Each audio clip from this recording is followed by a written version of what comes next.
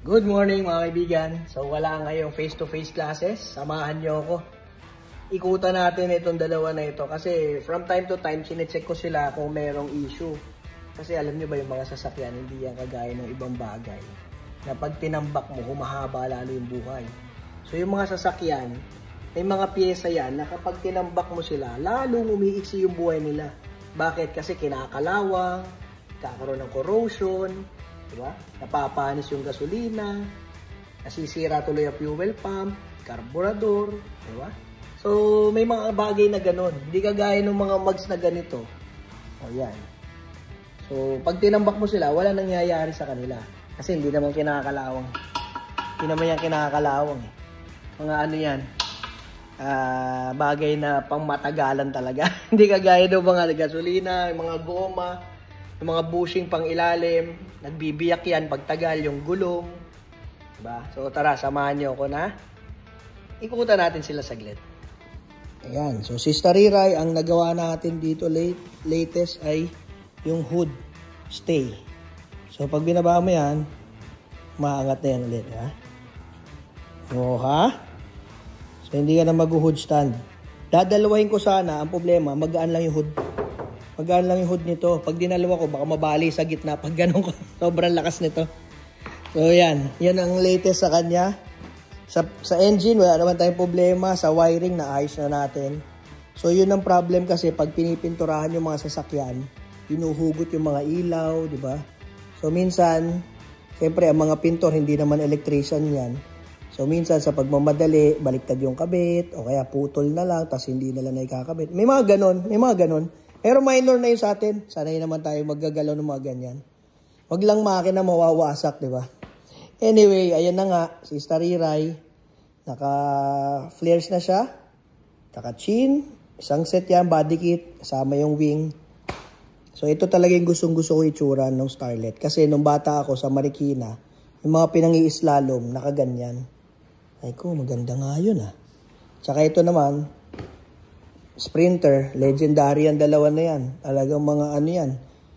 Mga notorious sa karera yan. Nung bata ako, nakikita ko yan sa mga ano. Sa Marcos Highway, sa Libis. Yan, mga ganyan. Yung mga bumibitaw, yung mga ganyan. Box type, Lancer. Mga L-type. Diba? Pero ito, yung mga yan. Kilala yan ng mga matatanda. Alam nila, legendary yung mga models na yan ng Toyota. Saka yung crown, siyempre, iba naman to, hindi naman pang karera tong crown natin. Yan, pang ano lang yan, pang joyride. Yan. So ito, wala naman ako problema, okay na mga ilaw. Sa interior, gusto nyo ba makita yung interior nito? Share ko lang sa inyo. Hindi na to orig-orig. Ginawa ko lang kung ano yung kaya ko lang na komportable upuan. So ayan siya. Dashboard, ayusin pa natin yan, pangit eh. Hinahanap ko lang yung mga nawawalang pyesa para mabuo ko siya na puro ganito. May kulang lang eh. Tapos ayusin ko na to. So, yun yung loob. Starlet natin, si Stariray. May ORCR pa oh. Bagong rehistro nga pala to eh.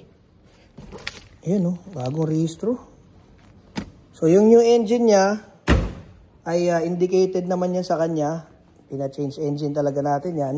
Kung gusto niyo malaman yung istorya, bakit yan ang kinabit natin sa kanya, ay talagang may istorya sa puso ko yan. Pwede natin yung kabitan ng kahit na anong malaking makina na sa tingin ninyo ay pang-karera, pang-drift, sikat, matulin, malakas humata. Pero bakit itong kinabit natin? May story po tayo dyan. Yung kwentong Suzuki Alto, lalagay ko lang siguro yung link sa comment section kung gusto yung mapanood. Pero yun ang istorya kung bakit siya yung ibinagay ko dyan na makina. So talaga ito ay built para sa akin lang. Itong auto na ito. Hindi ito built para sa likes ng iba. Ito ay built para sa kasiyahan ko po ito. So, dinala ko ito sa Baguio, sa La Union, dire-diretso, hataw, walang patay na aircon, tanghaling tapat, very reliable. At ang pyesa ko ngayon, di na ako mahirapan, 2010 model. Pang ilalim ko, nasa Lazada at Shopee lang, pwede kong makabili ako doon. Sa lahat ng auto supply, available din naman. So, yung shock absorber ko, di na rin ako mahirapan. Tie rod, drop end, lahat. 2010 model na yan nandyan sa may party na yan. Kaya, mas magiging mahaba pa lalo ang kanyang buhay kasi maraming parts. Pwede na ako mag-stock ng mga parts. Makakabili na akong bagong radiator, di ba?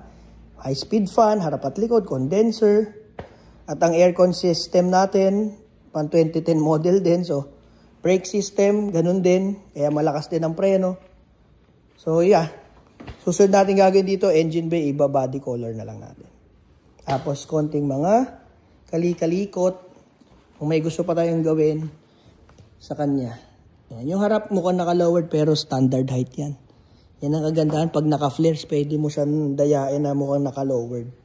So, tinan nyo. Pero yung likod, bababa natin ng konti. Ang laki ng gap eh. Wala naman nasasakay dyan sa likod. Si Mrs. ako lang yan. Minsan yung mga bata, magagaan pa naman sila.